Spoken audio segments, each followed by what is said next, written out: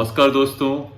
किस्से का हिस्सा ब्लैक ब्यूटी के पहले भाग में आपने अभी तक सुना कि कैसे मैं अपनी डॉटर को प्लेडेट से वापस लेकर घर की ओर चला और काफी समय से मैं अब एक रेड लाइट पर था। अभी मैं ये सोच ही रहा था कि ये रेड लाइट इतनी लंबी कैसे हो गई है कि मुझे पीछे से सायरन की आवाज सुनाई दी। अब सुनिए क्या हुआ इस किस्से में इसके आगे। तो मैंने रियर व्यू मिरर को एडजस्ट किया और देखने की कोशिश की कि ये पीछे किस तरह के सायरन की आवाज़ आ रही है। तो मैंने देखा कि मेरे पीछे एक गाड़ी छोड़कर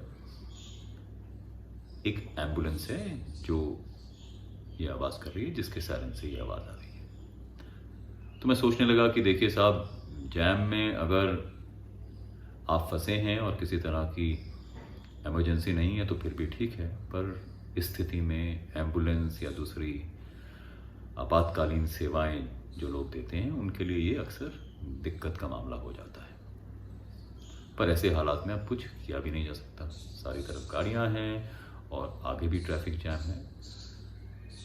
तो मैं बहुत देर सोचता रहा कि क्या किया जाए और क्या ना किया जाए। ये सब सोचता हुआ मैं गाड़ी में बैठा हुआ था। सायरन की आवाज़ अब लगातार आ रही थी मेरे कानों में। अब लगभग गाड़ी में बैठे बैठे मुझे 10 मिनट होने लगे थे। वाणी पिछली सीट पर अब सो चुकी थी। अक्सर आपके अंदर की इम्पेशंस आपको ये कहती है कि आप देखिए मामला क्या है, कब तक ऐसे ही गाड़ी में बैठे रहेंगे। तो मैंने अपने आसपास देखा तो अब कुछ लोग खिड़की से सर बाहर निकाल आगे देखने की कोशिश कर रहे थे और जानने की कोशिश कर रहे थे कि मामला क्या है। कुछ ज्यादा एम्बिशियस लोग अब अपनी अपनी गाड़ी से उतर गाड़ी का दरवाजा पकड़ सड़क पर खड़े थे। तो मैंने सोच विचार किया और मुझे लगा चलिए साहब, वाणी सो चुकी है और ऐसा भी नहीं है कि मैं अभी गाड़ी लॉक नहीं कर सकता, एसी की ज़रूरत है, तो थोड़ा आगे चल के देखा जाए कि मामला क्या है। हालांकि ये बहुत ही बढ़िया सोच तो नहीं है, आप अपने बच्चे को गाड़ी में छोड़कर ऐसे जाते नहीं, पर मुझे लगा कि मैं गाड़ी के आसपास ही रहूँगा, पर देखा जाए अगर कुछ एक कदम चलने पर मामला समझ आए तो देखा जाए कि क्या हो। तो मैं गाड़ी से नीचे उतरा। तो गाड़ी से नीचे उतरते ही सबसे पहले तो मैंने पीछे की तरफ देखा जहाँ वो एम्बुलेंस का सायरन लगातार आवाज़ कर रहा था। तो उसमें से कोई निकलकर बाहर सड़क पर ट्रैफिक को नेगोशिएट करने की कोशिश कर रहा था। हालांकि ज़्यादा सफलता मिल नहीं रही थी। लगभग मेरी ही उम्र का कोई व्यक्ति था जो कि गाड़ी से बाहर निकल के दूसरी गाड़ियों से रिक्वेस्ट कर रहा था थोड़ा जगह देने की। तो फिर मैं उस व्यक्ति पर ध्यान न देता हुआ आगे की तरफ चलने लगा और मैं जानने की कोशिश कर रहा था कि देखा जाए कि माजरा क्या है। अभी मैं गाड़ी से 4 या 5 कदम ही आगे बढ़ा था कि मुझे ये लगा कि सामने से कोई मेरी तरफ दौड़ता हुआ आ रहा है। और मैं देख पा रहा था कि जो ये व्यक्ति मेरी तरफ दौड़ता हुआ आ रहा है ये एक वेल टू डू आदमी है, लगभग मेरी ही उम्र का। और जिस चीज़ ने मुझे सबसे ज़्यादा सोचने पर मजबूर किया वो ये थी कि मुझे वो बहुत ही अप टू डेट लगा। ऐसे लगा कि जैसे किसी पार्टी में जाने के लिए एकदम तैयार होकर कोई आ रहा है मेरे सामने। स्पार्कलिंग वाइट शर्ट, एकदम जेल्ड हेयर, अच्छी क्वालिटी की डेनिम, पॉलिश शूज। इतनी देर में मुझे ये सब देखने का मौका मिला जब तक वो आदमी मेरी तरफ आया। तो मुझे ऐसे लगा कि वो आकर शायद मुझसे कोई बात करना चाह रहा है, लेकिन वो तेजी से दौड़ता हुआ आया और मेरे पास से होता हुआ आगे की तरफ भाग गया जहां से सायरन की आवाज आ रही थी। तो मुझे काफी हैरत हुई और मैं समझ नहीं पा रहा था कि ये क्या इमरजेंसी है और ये व्यक्ति क्यों इस तरह से भागा चला आ रहा है ट्रैफिक के दूसरी तरफ से। तो इसी जिज्ञासा को शांत करने के लिए मैंने भी पीछे की तरफ देखा और अब मैं उसी तरफ चलने लगा जहां ये व्यक्ति भागा था। तो मुझे ऐसा लगा कि शायद सायरन की आवाज़ सुन ये कुछ हेल्प के लिए आया है, लेकिन वो जो व्यक्ति था वो एम्बुलेंस को भी क्रॉस करता हुआ और आगे चला गया।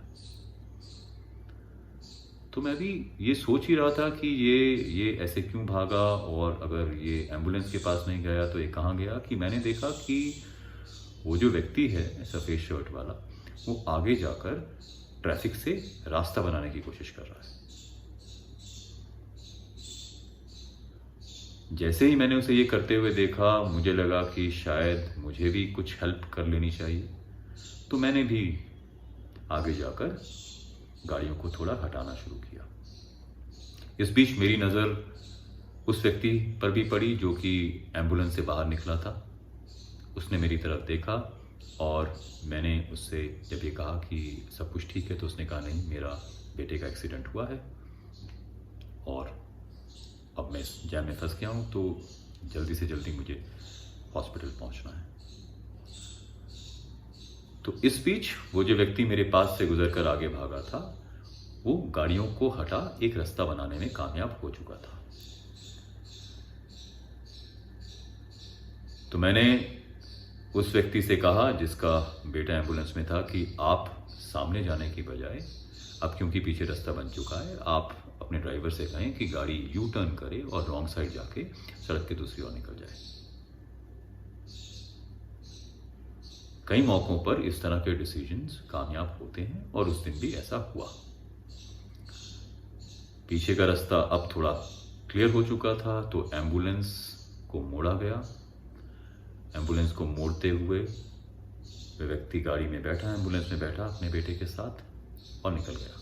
निकलने से पहले मैंने देखा कि उसने वेव किया मेरी तरफ और उसके चेहरे पर साफ लिखा था कि वो थैंक यू कहना चाहता है। हालांकि मैंने ज़्यादा कुछ किया नहीं था। ताज्जुब की बात यह है कि अब मुझे वो दूसरा व्यक्ति जो मेरे पास से दौड़ के गया था वो कहीं दिखा नहीं। तो मैं वापस अपनी गाड़ी की तरफ आया। मैंने देखा कि मेरी डॉटर वाणी अभी भी गाड़ी में सो रही है। हालांकि अब एम्बुलेंस जा चुकी थी, सायरन का शोर नहीं था, लेकिन समस्या वहीं की वहीं थी। ट्रैफिक अभी भी जैम था। तो मुझे लगा कि अब मैं गाड़ी से बाहर निकल एक काम कर चुका हूं, तो थोड़ा आगे चल के देखा जाए कि आखिर मामला है क्या।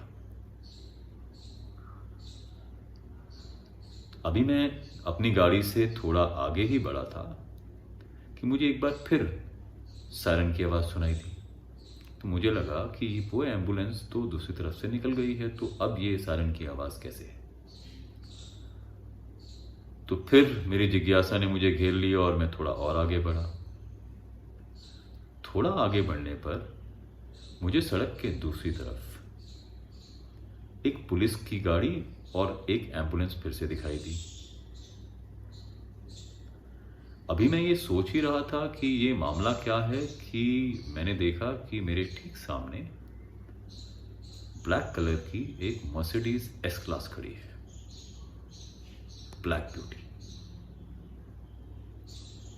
चमचमाती हुई काली एस क्लास मर्सिडीज बेंज। और मैं ट्रैफिक को भूल, सायरन को भूल, कुछ देर उसी मर्सिडीज ब्लैक ब्यूटी को ताकता रहा। और फिर मैंने ये देखा कि उस मर्सिडीज का आगे वाला डोर खुला हुआ है और कुछ लोग उसके आसपास जमा हैं। शायद उनमें से कोई एक डॉक्टर की तरह का कोट पहनकर भी है और पुलिस के कुछ कर्मी भी वहाँ मौजूद हैं। अक्सर कोई भी एक्सीडेंट होता है या कोई टक्कर होती है तो दिल्ली जैसी शहर में भीड़ भड़क्का लगना आम बात है। मदद के लिए ना सही, फोटो उतारने के लिए, मामले में दिलचस्पी लेने के लिए लोग भीड़ लगा ही लेते हैं। तो मैं थोड़ा आगे की तरफ गया, भीड़ को हटाते हुए। अब मैं दरवाजे पर पहुंच चुका था और मुझे दिख रहा था कि गाड़ी के अंदर जो भीड़ है वहाँ पर पुलिस वाले भी हैं और शायद डॉक्टर या कोई मेडिकल अटेंडेंट भी है। तभी मेरी नज़र अंदर ड्राइविंग सीट पर बैठे हुए व्यक्ति पर पड़ी। सबसे पहले जिस बात पर मैंने गौर किया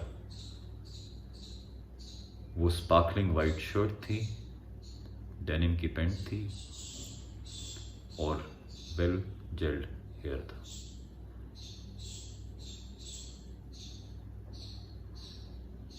मैं अचानक कुछ बोल नहीं पाया और मैं अभी समझने की कोशिश कर रहा था कि ये क्या मामला है। फिर मैंने एक मेडिकल अटेंडेंट से बड़े आराम से ये बात पूछी कि क्या हुआ साहब। तो उसने मुझे बताया कि गाड़ी चलाते चलाते ये जो सज्जन हैं इन्हें शायद कार्डियक अरेस्ट हुआ। बड़ी मुश्किल से इन्होंने किस तरीके से गाड़ी रोकी होगी सड़क के बीचों बीच, लेकिन ये पिछले 20 या 30 मिनट से यहीं पर मोशनलेस है। शायद मदद पहुंचने में देर हो गई है।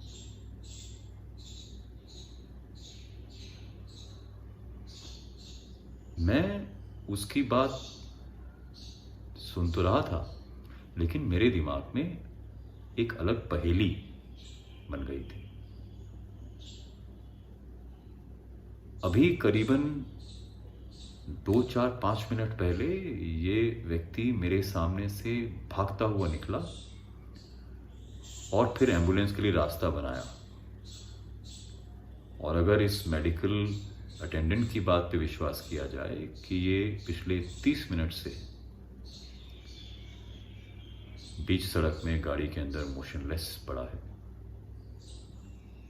तो फिर ये मामला क्या है?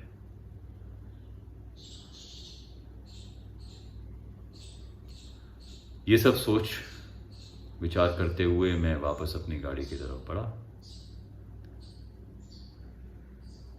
ड्राइविंग सीट पर बैठा, गाड़ी को स्टार्ट किया। वाणी गाड़ी में अभी भी पीछे सो रही थी। मेरा दिमाग हालांकि अब काम नहीं कर रहा था। कुछ 10-12 मिनट जब तक कि पुलिस ने बाकी गाड़ियों को हटा ट्रैफिक को नॉर्मल किया, मैं इसी उधेड़-बुन में गाड़ी में बैठा रहा।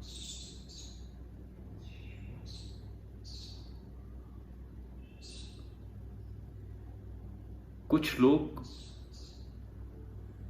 शायद दूसरों की मदद हर हाल में करते हैं।